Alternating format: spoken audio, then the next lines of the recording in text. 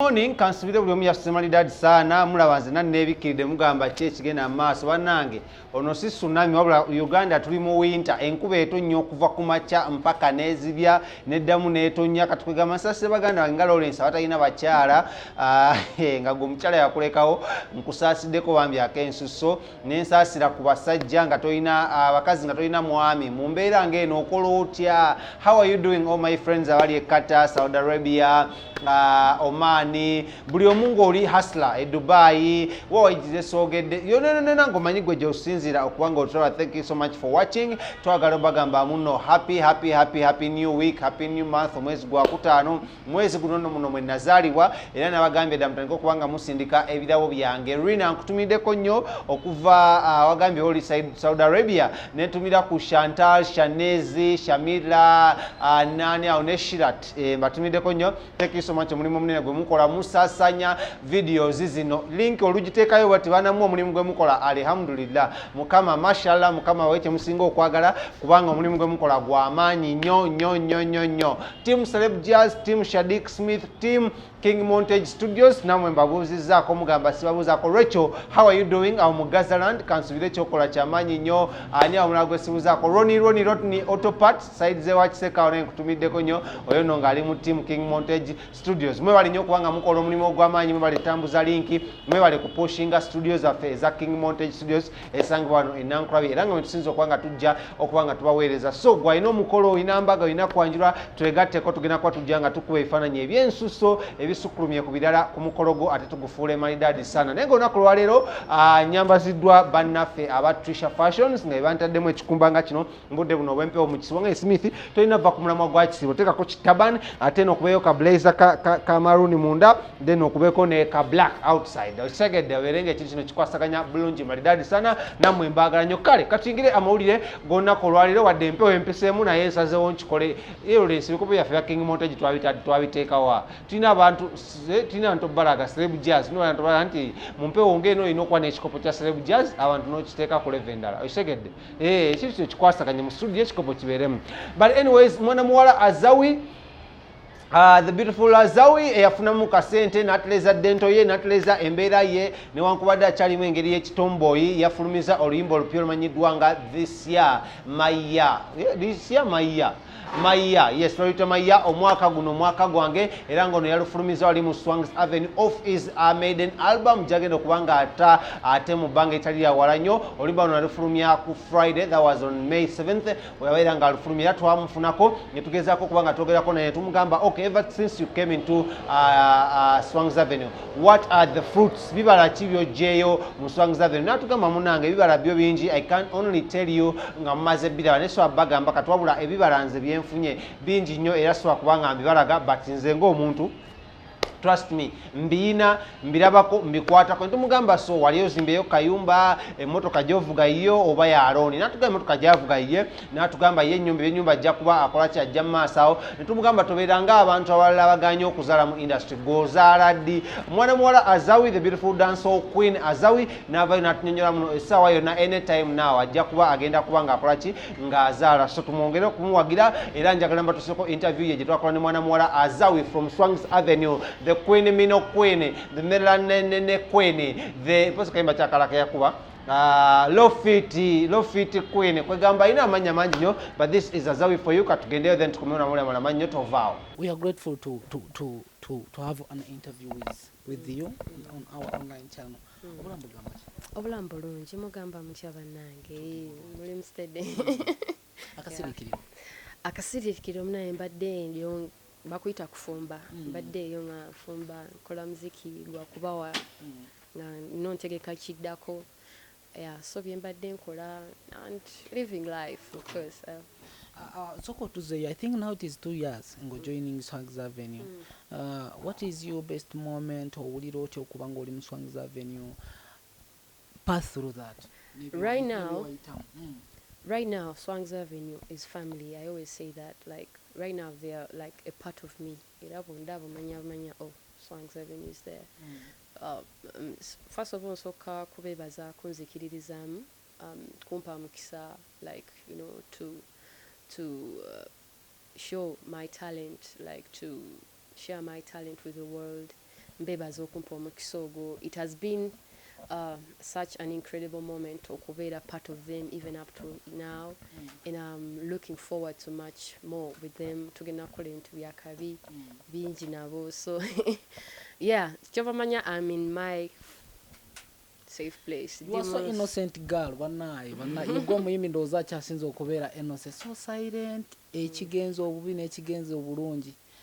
Life yo, this is how you handle your life, and I don't know, twali tusuubira bw'oyingira music embeera yo ndowooza egenda kukyuka, ogende mu mize giri egy'abayimba abalala gye bakola. Honestly, I think nze wenti wendi, I'm not the kind of artist gogendo sanga everywhere, like Ali on almost every deal, on everything. Like I'm that artist, Ali low-key.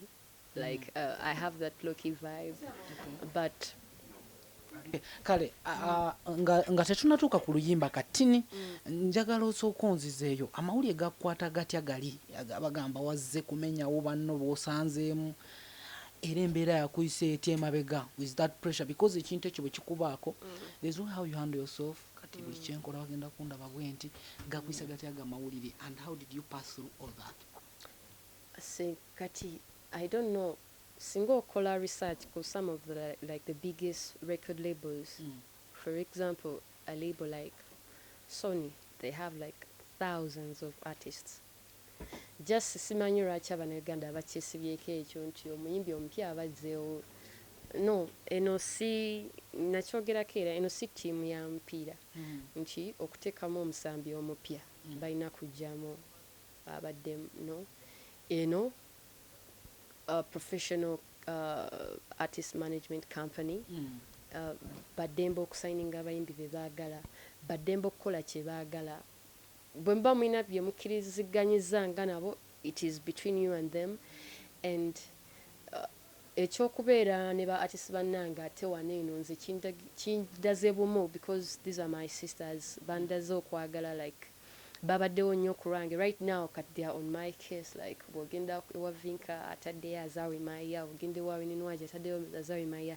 So we are just people that are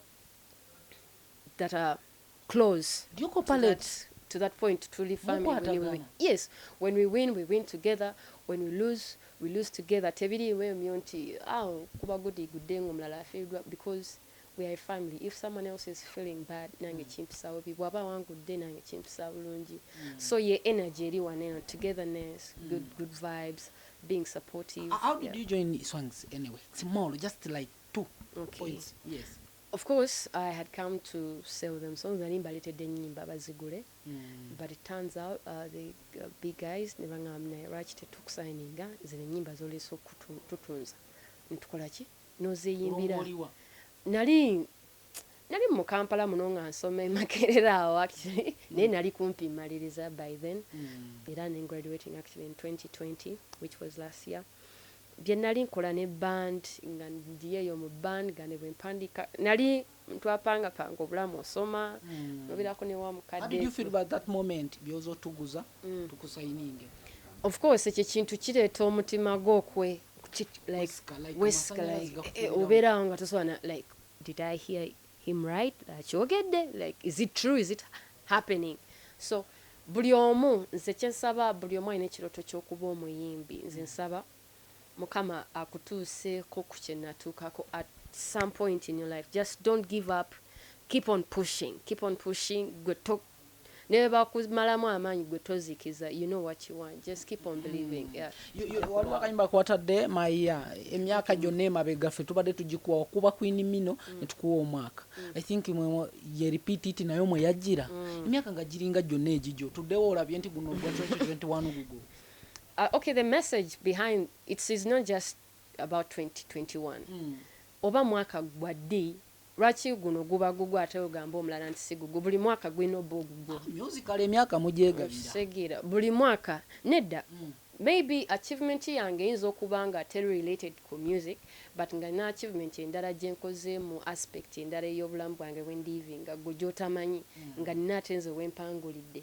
kati right now abantu bali mu kwewasa okitegeera oli ayinza obba artist naye ate eventually nafinding omuntu gwayagala eyo achievement kwasi kyangu kufindinga omuntu gwogenda amala naye ebiseerayo byonna ebyobulamu okitegeera so we achieve different things in different ways okitegeera biyinza obutaba mu kamera but gwe kyoba omanya bw'obeera grateful ebintu byenjawulo ebyakabi bikutuukako oyinza obutavaayo byogera but gwoba okimanyi kati nze nkimanyi nti this is my year obugambo obusemba n'okuluyimba otukubiremu and this is my year chiri automatic it's my year and this is my year yeah my year yeah it's my year oh chiri automatic it's my year I'm winning this year yeah my year hey yo my people abantu bange bonna abafanzi bonna abali ku ABS bana embagala nnyo mwe bali kwagala Azawi this is our year this is your year